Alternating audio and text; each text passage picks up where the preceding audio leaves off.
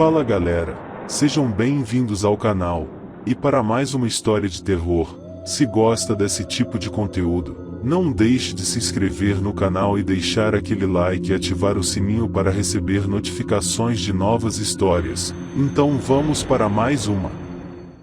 O outro mesmo ônibus. Nem todos os garotos têm o luxo de morar na região urbana, já outros, como eu, precisam pegar, pelo menos, 3 ônibus para chegar ao colégio antes dos portões serem fechados. O ônibus parou, mais ou menos 8 estudantes estavam esperando em frente a um milharal, quando aquela multidão saiu como formigas, escapando do calor escaldante. No meio daquela empurração, um garoto estava agitado. Aquele típico babaca que os outros gostam de se aproveitarem. Ele estava nervoso e agoniado, porque havia esquecido algo.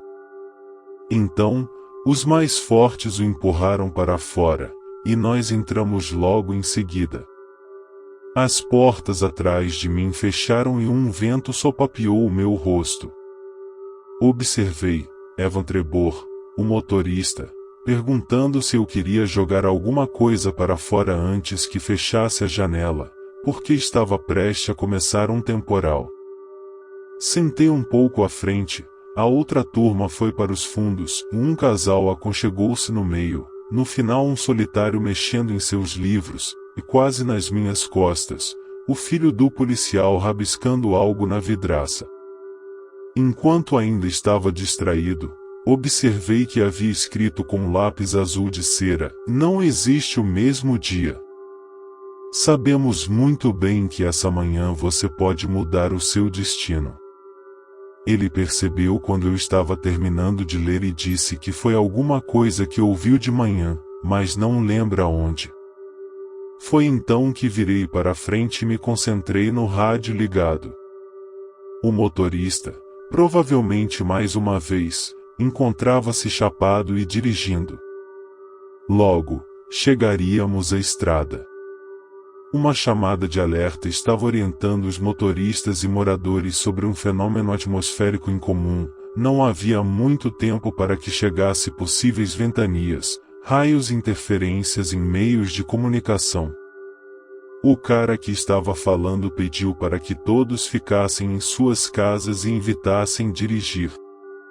Eva não era o sujeito que se preocupava muito. Este olhou pelo retrovisor e disse que iria pilotar um pouco mais rápido, se não quiséssemos que nós faltássemos à aula. A turma, os outros 4 caras que estavam fazendo barulho no final, não se importaram e os demais permaneceram em silêncio. Nessas circunstâncias o motorista aumentou a velocidade enquanto, aos poucos, a transmissão da rádio foi ficando ruim até que sumiu. Nós finalmente saímos da estrada de terra e esburacada. Você percebe isso quando o ônibus para de saltar e o sossego do asfalto toma de conta do momento.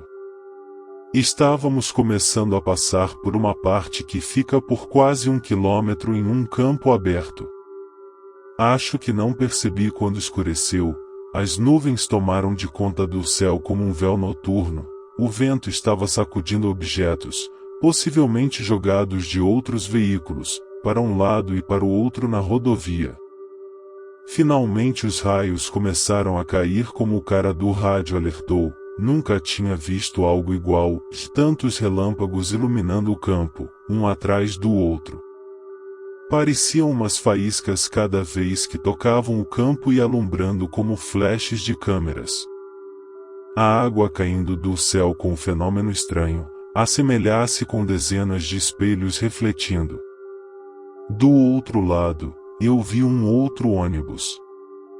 Quanto mais os relâmpagos caiam, mais parecia uma miragem, um outro coletivo correndo por uma estrada igual à nossa.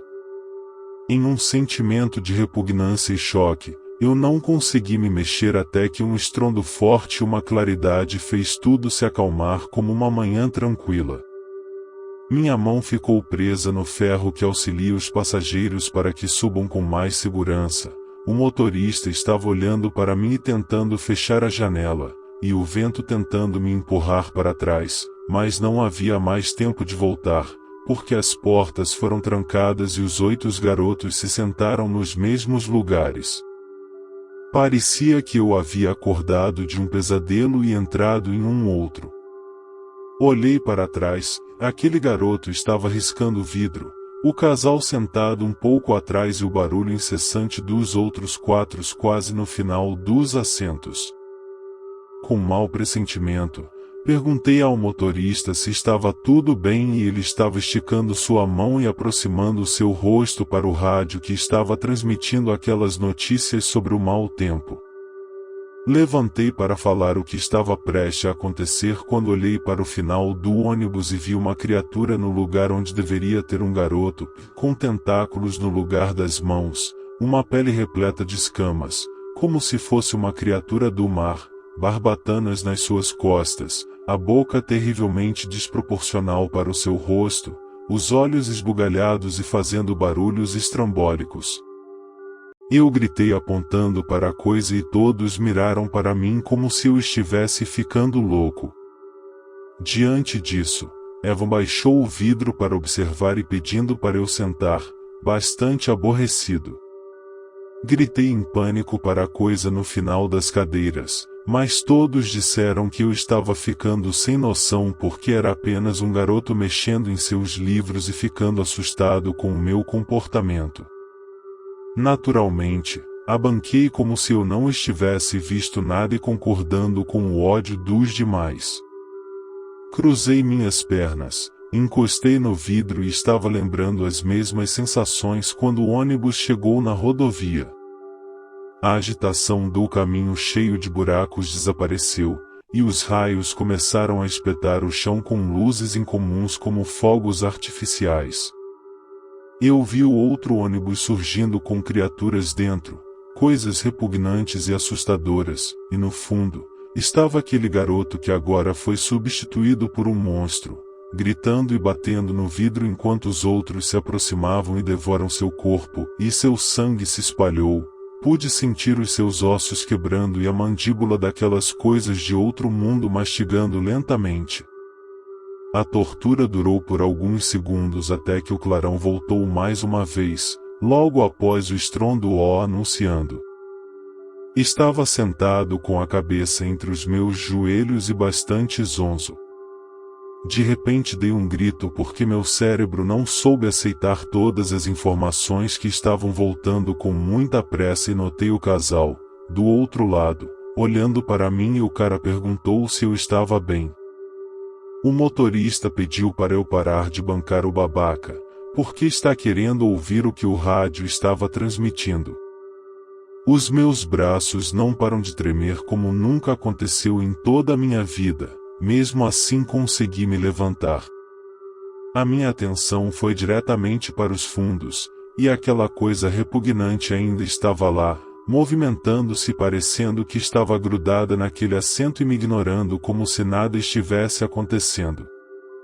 Os namorados continuavam olhando para mim quando eu caí no chão mais uma vez, e a garota disse que eu não estava normal. Nos segundos em que finalmente consegui controlar o nervosismo e buscar de alguma forma explicação para tudo, olhei para o cara que, das outras vezes estava riscando no vidro do ônibus, e observei uma criatura ainda mais assustadora e medonha quanto aquele mostrengo no final dos assentos. Ele parece uma mistura de homem com algum tipo de díptero braquícero, talvez uma mosca. Eu poderia sentir como se fosse geleia os seus músculos pastosos, o seu corpo não passava de pus e sangue saindo por todas as partes. Seu gemido de agonia, sacudindo a cabeça e batendo contra o vidro, como se estivesse sentindo muita dor, fez um choque correr por todo o meu corpo tão frio quanto o inverno, um erro de Deus ou apenas uma besta fera do inferno expulsa das trevas. O motorista pediu para que alguém me ajudasse, então o rapaz que estava sentado com a garota me colocou em um banco do lado e disse que eu estava suando muito. Quando percebeu que eu iria me levantar mais uma vez, segurou os meus braços com mais força, já que um garoto mais forte falou que ficaria tudo bem. De repente, os rugidos dos relâmpagos chegaram naquele terreno aberto. Eu nem percebi quando nós havíamos chegado na estrada. Os olhos do garoto estavam distraídos com outra coisa e os seus lábios anunciaram que havia algum evento do outro lado, e eu vi o outro coletivo.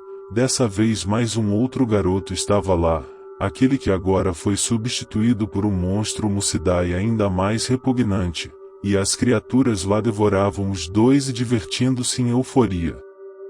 Que merda está acontecendo?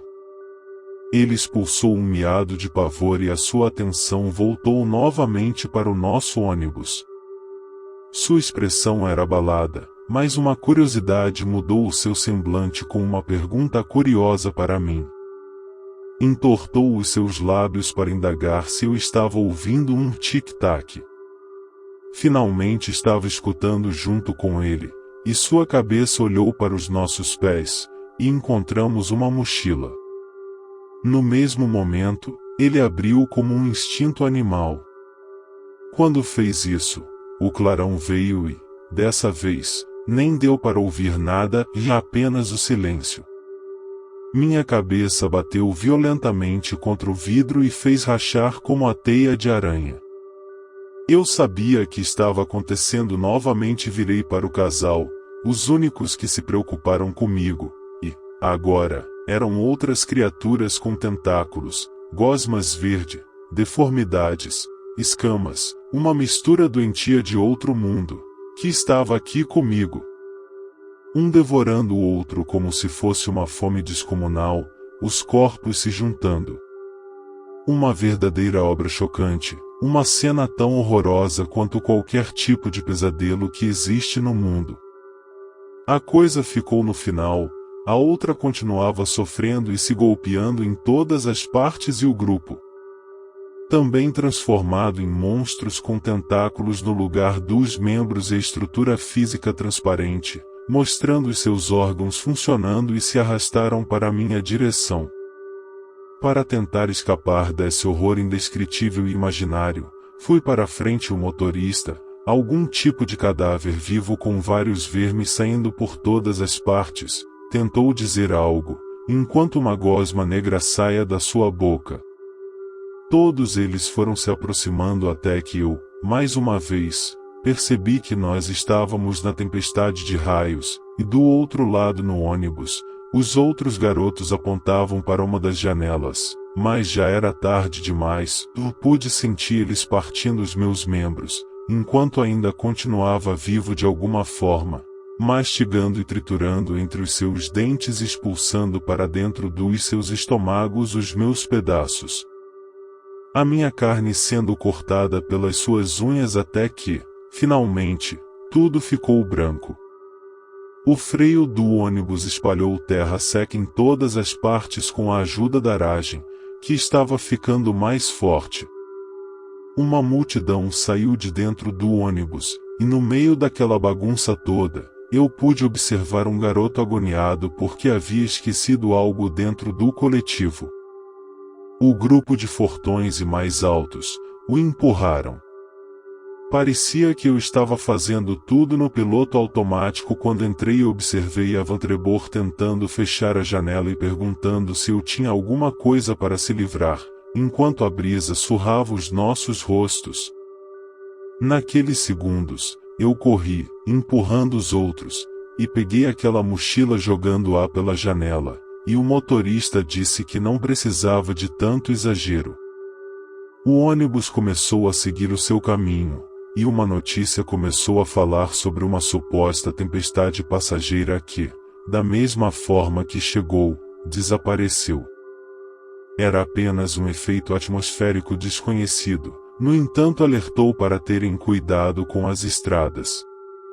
Nesse amanhecer, a minha família foi avisada sobre um atentado no colégio, no qual algum garoto havia levado bombas dentro da sua mochila e disparado no horário de movimento nos corredores. Vários estudantes haviam sido mortos e muitos feridos. As famílias ficaram revoltadas como uma criança de 13 anos conseguiu plantar os explosivos e disparar no horário com mais aglomeração de colegas. Eu ainda estava chocado com as coisas que tinham acontecido comigo para ficar aterrorizado com esse novo evento. Uma coisa é certa e que não quer parar de ficar martelando na minha mente, e existe algum tipo de ligação que minha mente ou qualquer outra não consegue explicar ou compreender. No enterro dele não foi ninguém. O que sobrou do seu armário no colégio foi jogado no pátio para que o caminhão levasse. Me aproximei de alguns livros e anotações. O seu armário encontrava-se pichado com coisas ofensivas e vandalizado. Um dos livros se destacava, e mais conservado do que os outros, como se não fizesse parte daquele espaço. Mesmo assim, palavras escritas, como se a tinta ainda estivesse jovem, diziam as seguintes citações na capa: entre dois mundos paralelos, eu posso estar sofrendo e no outro eu posso tornar-me um monstro. Não existe o mesmo dia. Sei muito bem que essa manhã posso mudar o meu destino e dos outros. Fim. Se gostou, deixa o like e não esqueça de se inscrever no canal.